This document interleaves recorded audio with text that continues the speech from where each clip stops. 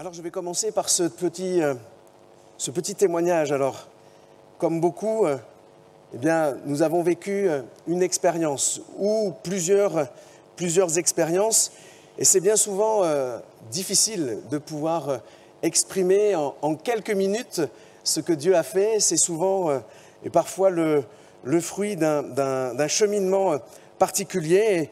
Alors pour ma part, j'ai grandi dans une famille monoparentale. Mes parents ont divorcé, j'avais 18 mois. J'ai été élevé avec ma mère, ma grand-mère, et dans l'amour, dans une bonne éducation, je le crois, dans des valeurs judéo-chrétiennes, de l'amour du prochain, de faire le bien.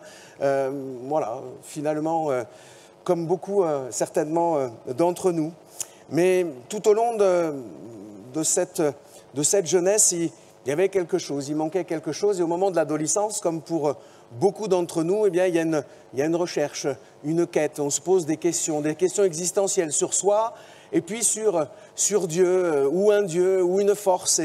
Et puis, j'ai essayé de trouver quelques réponses. Et aucune de ces réponses ne m'ont satisfaite, que ce soit dans une spiritualité orientale, que ce soit dans des énergies, que ce soit dans tout ça, malgré le fait que j'ai grandi dans un environnement, comme je vous le disais, où je ne peux pas me plaindre de l'amour que j'ai reçu. J'ai été baptisé enfant dans la tradition catholique, j'ai fait tout ce qu'il y avait à faire, j'ai même été enfant de cœur, mais pour autant, ce Jésus dont je crois avoir entendu parler ne m'avait pas bousculé, ne m'avait pas percuté comme il l'a fait quelques années après. Tout au long de cette adolescence, des remises en question jusqu'au moment où une interrogation sur le sens de la vie finalement a pu me pousser presque à l'extrémité, et je l'ai compris des années après. Dieu m'a gardé dans ces moments, ces quelques jours d'absence complète après avoir voulu moi-même faire l'expérience d'en terminer et d'en finir avec ce poids qui était là, et le Seigneur m'a gardé. Mais je ne l'ai pas compris tout de suite. Je me suis dit, j'ai une bonne étoile. Il y a un ange gardien, vous savez, on essaye souvent de mettre des noms sur ce qu'on ne maîtrise pas, et ça ne pouvait pas être le hasard, il y avait quelque chose. Et j'ai continué à grandir ainsi. Je suis parti faire mes études, et puis bien entendu, à ce moment-là, j'avais commencé pour pouvoir être accepté avec les camarades. Déjà à l'époque, au lycée, commençaient à fumer, les sorties, l'alcool et tout ce qui pouvait aller avec, des consommations même parfois de stupéfiants, mais c'était une vie finalement qui me semblait tellement banale et normale de ce que je voyais tout le monde le faire. Mais il manquait quelque chose.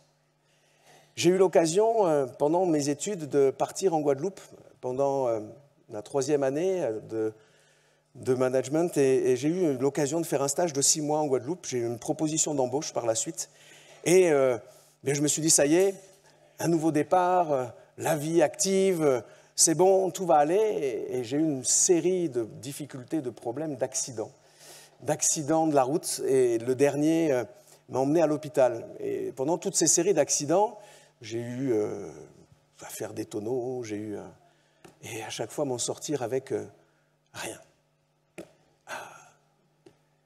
Cet ange gardien, cette bonne étoile, on l'appellera comme on voudra, finalement était là, et ça me rassurait. Alors ça me rassurait, mais finalement ça avait un effet un peu particulier, c'est que comme j'avais un ange gardien et une bonne étoile, je ne me responsabilisais pas trop quand même.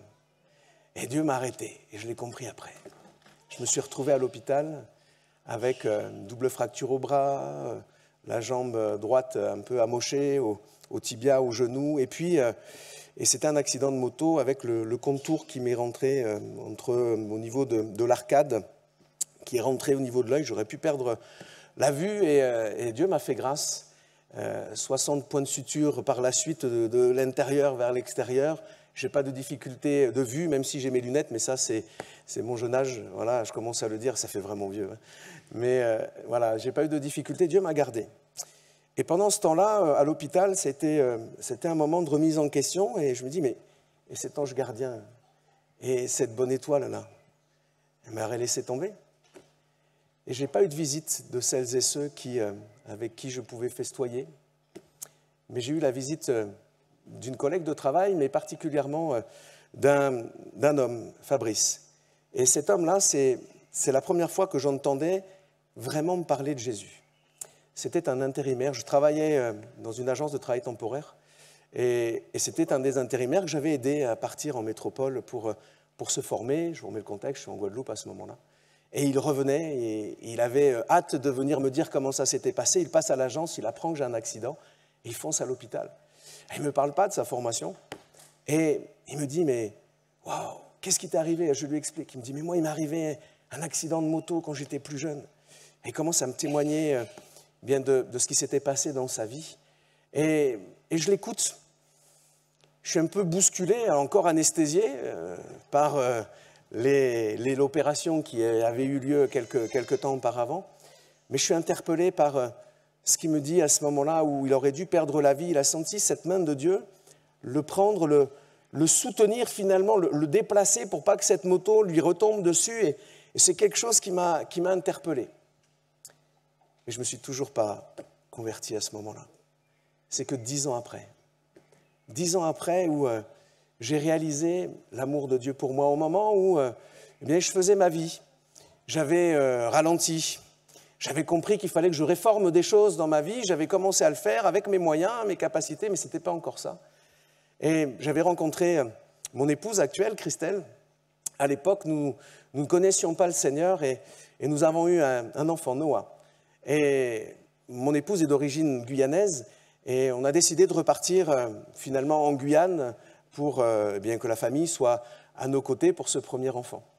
Et il y a eu des difficultés dans notre couple, des tensions, et des tensions parce que finalement, après coup, je le ressens et je le vois. Et c'est parce que ce qui nous unissait était en train de s'émietter, de s'effilocher.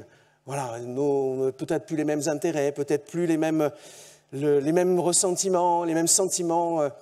Et puis vous savez, il y a des choses qui peuvent se passer. On croit parfois pouvoir plaisanter de tout et de rien. Mais je sais que dans des petits échanges, vous savez, il y a des petites plaisanteries quand on va commencer à plaisanter avec une collègue ou voilà, des petites plaisanteries qui peuvent déraper. Finalement, il y a des petits germes qui se passent et ça avait semé quelque chose. Et Dieu nous a arrêtés à ce moment-là dans notre élan de folie parce que nous allions nous séparer. Nous avions un enfant, nous allions nous séparer. Finalement, on était devenus colocataires. Mais vous savez, il y a des colocations qui se passent bien, puis il y en a d'autres qui sont très compliquées. Et ça devenait très compliqué. Et on avait des amis chrétiens qui, moi c'était ma collègue de travail, Christelle c'était son cousin qui travaillait en plus avec elle à ce moment-là. Et les deux ne comprenaient pas ce qui était en train de se passer, et en tout cas comprenaient qu'il y avait quelque chose de spirituel. Et ils priaient pour nous, on ne savait pas. Et il s'est révélé une chose, c'est que quelqu'un profitait de cette situation finalement pour nous monter l'un contre l'autre. Et Dieu a révélé ces choses. Mais plus que de révéler ces choses, il nous a révélé son grand amour. Parce qu'avant de nous le révéler, on était au fond. On était dans le fond du trou. Et bien encore après, on avait réussi à creuser encore un petit peu. On allait tout perdre là. Et il y avait cette prière, cette collègue qui me disait, mais est-ce que tu crois en Dieu? Je dis, ouais. Oui, mais bon, j'étais toujours dans ma recherche là. Elle fait, tu sais, tu devrais prier. Ah, oui, prier, mais... Puis je réalisais, je dis, oui, mais je ne sais pas trop comment faire. Elle me dit, non, mais tu récites pas, tu parles à Dieu. Dieu t'entend. Dieu va t'entendre et tu vas voir. Et je commençais à prier pour mon épouse, pour mon fils, pour moi. Et pour que Dieu fasse quelque chose, pour qu'il rétablisse, pour qu'il nous garde dans cette situation-là.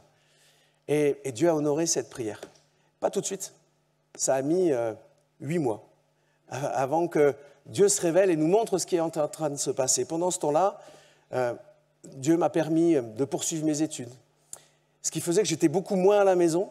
J'avais beaucoup moins de temps finalement dans ces rapports conflictuels. Et Dieu a permis ça pour qu'à la fin, finalement, on réalise son grand amour pour nous. Et un jour, on a réussi à rentrer à nouveau en communication, et c'est Dieu qui l'a permis. Finalement, en réalisant qu'on se déchirait, on se séparait, mais finalement, c'est parce que ce qui nous unissait n'était pas assez solide. Et on venait de rencontrer Jésus, on venait de rencontrer l'amour de Dieu. Alors je vous le dis comme ça, mais ça s'est passé un jour dans une réunion, un mardi soir, où cette collègue de travail me dit « Tu devrais venir à l'église avec moi, j'ai une réunion, tu vas voir, on priera avec toi, avec des anciens de l'église, avec le pasteur, on lui expliquera ta situation. Mais tu sais, Dieu t'aime, il t'aime tellement qu'il faut que tu changes ta vie.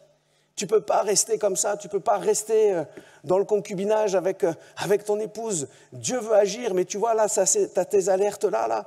Mais il faut que tu prennes aussi cette résolution de comprendre ce que Dieu veut pour ta vie. C'était passé par là. Et ce jour-là, je ne me rappelle pas de la prédication.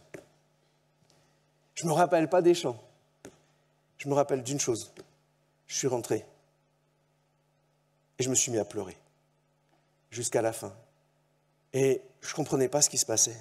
J'entendais parler de l'amour de Dieu, j'entendais des choses qui faisaient des échos et plus que ce que j'entendais, il y avait un écho qui se produisait dans mon cœur. Et ce jour-là, quand je suis rentré, j'avais les yeux bien rouges, injectés de ces larmes-là.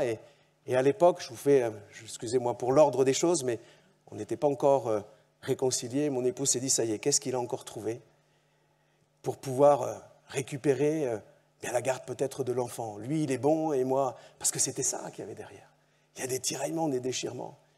Ce que j'avais trouvé, ce n'était pas une stratégie. Finalement, j'avais été trouvé par Jésus à ce moment-là. Jésus a changé nos vies. Et lorsqu'on l'a compris, on a compris non seulement son grand amour, mais la nécessité de mettre notre vie en règle à ce moment-là. On s'est mariés, on s'est fait baptiser. Dieu nous a bénis à ouvrir les portes de sa grâce pour nous. En 2 mois, on a organisé le mariage. C'était vraiment inespéré et c'était vraiment un moment où on a été aussi portés, accompagnés par les frères et sœurs de l'église locale qui nous ont accompagnés, qui ne nous ont pas jugés. Qui ne nous ont pas jugés lorsqu'on arrivait pendant 6 mois et qu'à la fin du culte, on sortait vite parce qu'on avait besoin de fumer une cigarette. Je n'ai jamais entendu. Nous n'avons jamais entendu. Tu devrais arrêter de fumer, ça ne plaît pas au Seigneur. Non. Nous l'avons appris après. Des sœurs disent, ah mais il faudrait leur dire, et un frère, un ancien, prie pour eux. Prie pour eux, leur dis rien, aime-les, prie pour eux. Alléluia. Et Dieu nous a délivrés de la cigarette, instantanément. Alléluia. Et de plein d'autres choses. On a vu sa grâce. Lorsqu'on a crié à Jésus, finalement, on était en train de se séparer, on était en train de tout perdre. On fumait, on était dans nos perceptions humaines. Moi, j'étais conseiller à l'emploi, j'avais un bac +2. Au moment où je suis passé par les eaux du baptême, Dieu avait déjà travaillé non seulement mon cœur, mais mes circonstances. On ne fumait plus. On avait compris qu'il fallait fonder notre foyer, notre couple, non pas simplement sur nos sentiments ou sur notre amour, mais sur Jésus-Christ. C'était lui qui nous avait rattrapés, c'était lui qui était en train d'agir dans nos vies. Et on ne peut pas fonder notre foyer, notre couple et notre vie sur Jésus si on ne le vit pas dans l'église locale. Alléluia. C'était une grande bénédiction également pour nous. On a compris toutes ces choses-là et on remercie vraiment le Seigneur pour tout ce qu'il a fait. Et je crois qu'il n'a pas fini. Non seulement avec nous, mais avec chacun d'entre vous, bien-aimés. Alléluia. Ce que Dieu commence, eh bien, il l'achève. Alléluia. À lui et à lui seul soit toute la gloire. Amen.